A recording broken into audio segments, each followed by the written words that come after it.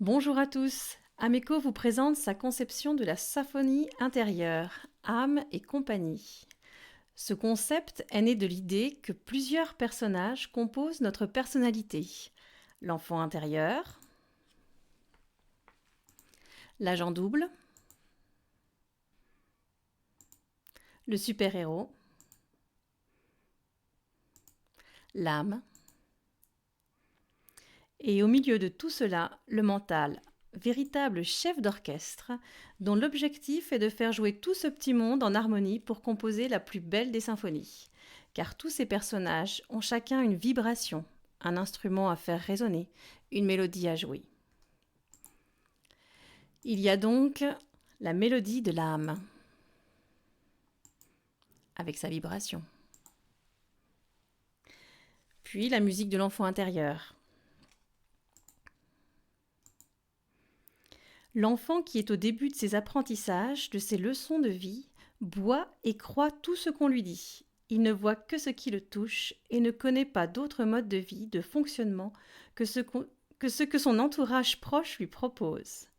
Toutes ces informations ressenties, mais pas forcément réelles, viennent modifier la partition de l'enfant intérieur. Et ce, de manière hypnotique jusque l'âge de 7 ans. L'enfant intérieur se construit par acceptation inconsciente de ce que les autres et le monde envoient comme message, comme par exemple tout ce qu'on dit de moi,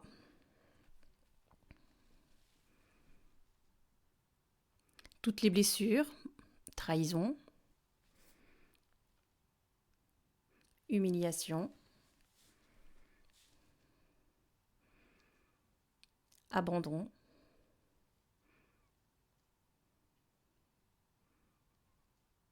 rejet,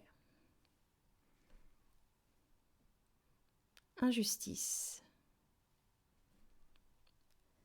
Viennent s'accrocher également à mon enfant intérieur mes besoins fondamentaux non assouvis, tels que mon besoin d'autonomie, mon besoin d'appartenance, mon besoin d'amour,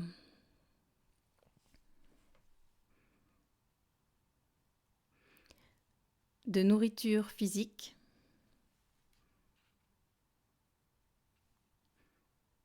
de jeu,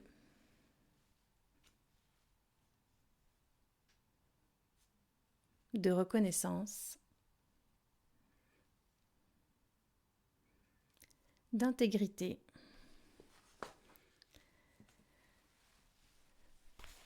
de célébration, de sécurité. Viennent également alourdir cette vibration tous les chocs physiques ou émotionnels non évacués, non digérés.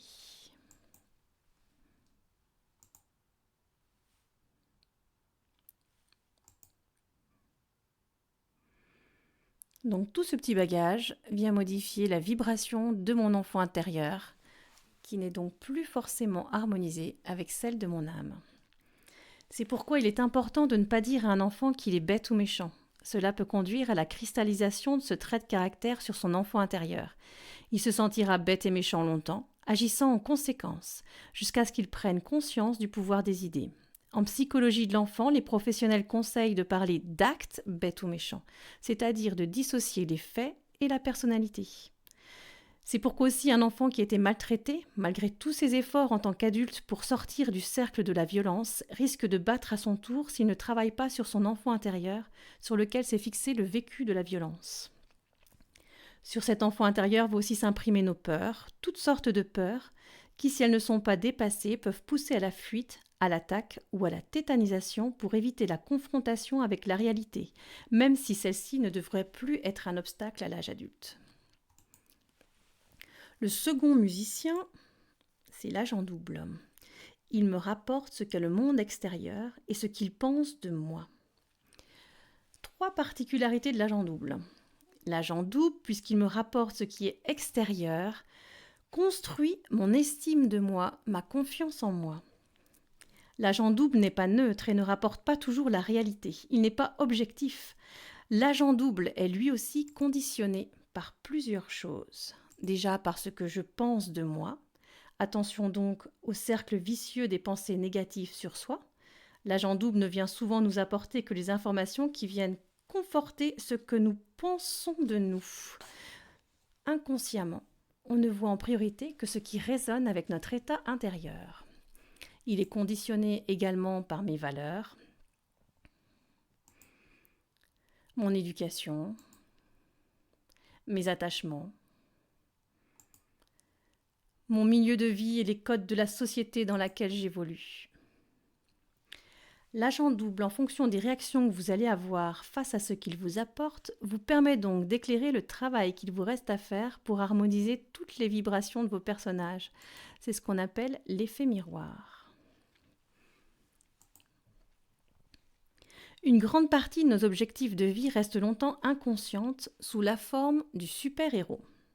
Il représente mes envies, mes objectifs, la personne que je veux devenir, que je pense devoir devenir.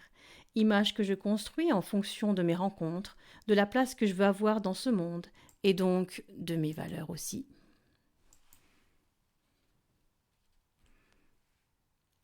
De mes besoins, de ma culture, mon milieu de vie et ses codes, de mes croyances sur la réussite, mes attachements, les attentes de mon entourage familial et professionnel, mon éducation, mes rêves, mes rencontres. Cette image véhicule également une idée de ce que je ne veux surtout pas devenir. Ce super-héros, dans les premières années de ma vie, est d'abord l'image que je veux atteindre pour plaire à mes parents, pour attirer toute leur attention et leur amour. Ils s'imprègnent donc d'abord de leurs valeurs, de leur mode de vie, de leurs réactions ou non-réactions face à mes actions, de leurs mots, de leurs attentes, de tout ce qu'ils disent de moi, même quand ils pensent que je n'écoute pas, de l'amour que j'attends qu'ils me montrent. 3 directions peuvent ensuite être reprises par ce super-héros. Soit il ne bouge pas d'un iota, il reste l'accumulation de ce que mon éducation a façonné. Soit je choisis de m'opposer à cette éducation, je veux aller vers l'opposé du désir de mes parents, de mon éducation qui ne me correspond plus. Mon image du super-héros reste influencée par ce qu'aspiraient mes parents pour moi, par leurs valeurs, leurs croyances, consciemment ou inconsciemment, car je les refuse catégoriquement. Je ne fais pas le tri, je veux aller vers l'exact contraire. C'est la traduction de la crise d'adolescence. 3e choix, 3e direction du super-héros, s'aligner. On peut s'aligner en faisant le choix d'aller vers ce que je suis réellement, vers ce qui résonne avec mon âme. M'aligner, c'est choisir une image de super-héros qui a une vibration harmonieuse avec celle de mon âme. Un super-héros qui correspond aux valeurs, aux rêves que j'aurais choisis en conscience, en écoutant les vibrations de mon âme. À vous de voir si dans vos relations avec votre conjoint, votre patron, vos enfants, est-ce que vous laissez votre image de super-héros se construire avec ce que les autres attendent de vous, au risque de vous oublier, voire de ne pas atteindre des objectifs trop ambitieux? Est-ce que vous vous opposez catégoriquement ou est-ce que vous choisissez de vous aligner? Et enfin, au milieu de tout ça, moi, le chef d'orchestre, je tente de faire jouer une musique mélodieuse en assemblant toutes ces vibrations. Parfois elle vibre en harmonie, la vie est un long fleuve tranquille fait de hasards merveilleux et mélodieux. Mais parfois il y a dissonance, et là, il y a de quoi se faire quelques nœuds dans le cerveau. Le but du développement personnel est d'apprendre à entendre toutes ces vibrations, comprendre où elles dissonnent par rapport à notre propre mélodie, pour ensuite les faire entrer en harmonie avec notre âme. Alors on travaille déjà sur la vibration du super-héros, en choisissant en conscience de faire le tri entre les aspirations et les attentes des autres et mes propres désirs, mes propres choix d'expérimentation de la vie. Je fais le tri dans les valeurs que je veux garder et celles qui ne me correspondent plus. Je fais le tri dans mes besoins réels, sur ce qui est rattaché à ma culture, je garde ce qui me sert et me porte, je me déleste de ce qui me dessert, me freine. Même chose pour ce qui vient des codes de la société dans laquelle je vis, je fais le tri. Je fais le tri dans mes propres attachements et dans mes attentes. Je définis en conscience des objectifs clairs et à ma portée. Je fais le tri entre mes croyances sur le monde et mes propres expériences. Je peux me montrer curieux des autres modes de vie totalement différents. Je lâche prise sur le futur. Tout ce travail permet d'harmoniser la vibration de mon super-héros à celle de mon âme. On peut travailler également sur la vibration de l'agent double, déjà en prenant conscience que les miroirs sont nombreux.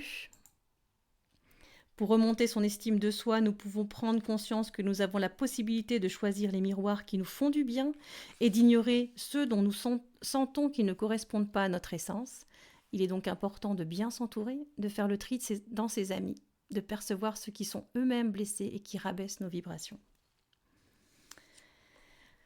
Donc prendre conscience que l'agent double ne rapporte pas la réalité, mais qu'il me montre des choses qui sont dépendantes de mon état intérieur est déjà un grand pas vers le changement de vibration. Donc prendre du recul sur ce qu'il me rapporte. Penser à se revaloriser soi-même, à s'aimer. S'engager dans un cercle vertueux. Par exemple, en listant tous les soirs 5 événements de la journée qui m'ont rendu fier, heureux. C'est également le rôle des pensées positives. De nouveau, faire le tri sur nos attachements. Lâcher prise sur ce qui se passe dans le présent. Tout ceci pour harmoniser la vibration de notre agent double à celle de notre âme.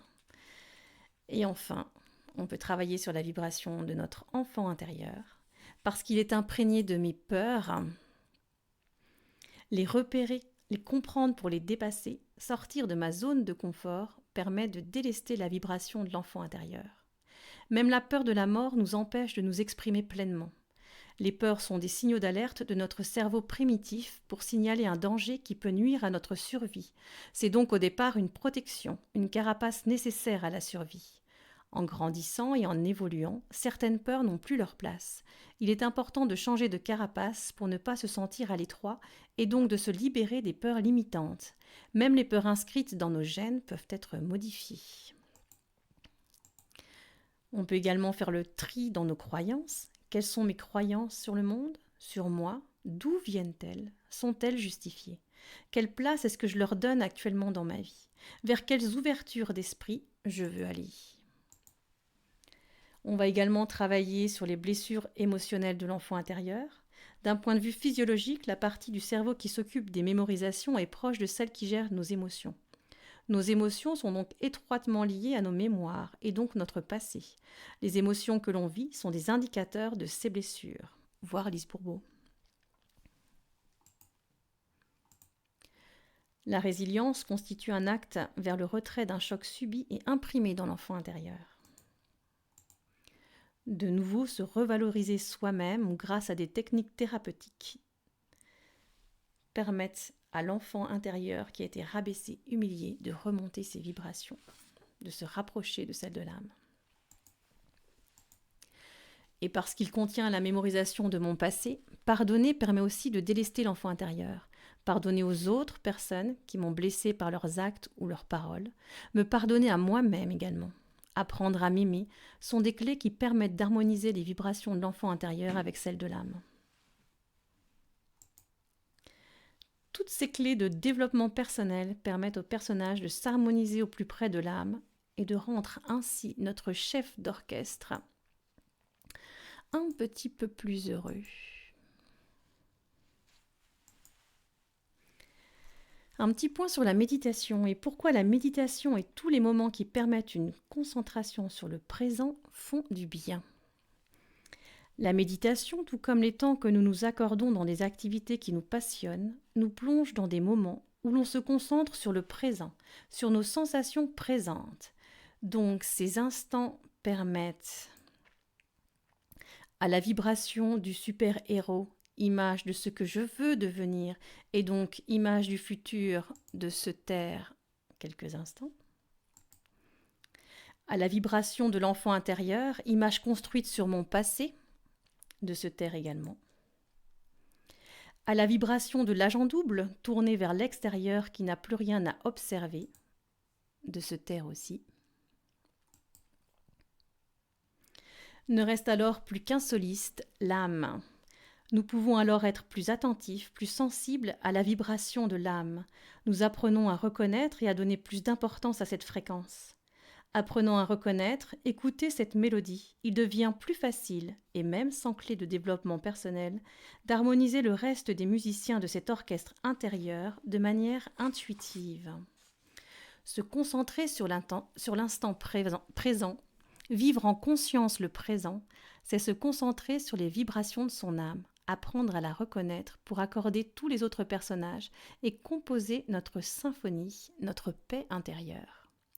Et comme en musique, lorsque les notes sont harmoniques, la fréquence s'en retrouve amplifiée. Vivre une symphonie intérieure ne serait-il donc pas le meilleur moyen d'augmenter notre taux vibratoire ? Pour aller plus loin, on peut se poser encore un petit peu plus de questions. Sur notre âme, par exemple. Dans ce développement, elle représente la vibration à suivre, à écouter, à accompagner. Mais qu'est-elle venue faire dans cette incarnation ? A-t-elle la possibilité de modifier sa partition, de jouer de plus en plus haut ? Est-ce que toutes les épreuves qui permettent d'accorder tous nos musiciens ensemble permettraient également à notre âme de mûrir son art ? Je vous remercie et je vous souhaite à tous de très belles symphonies.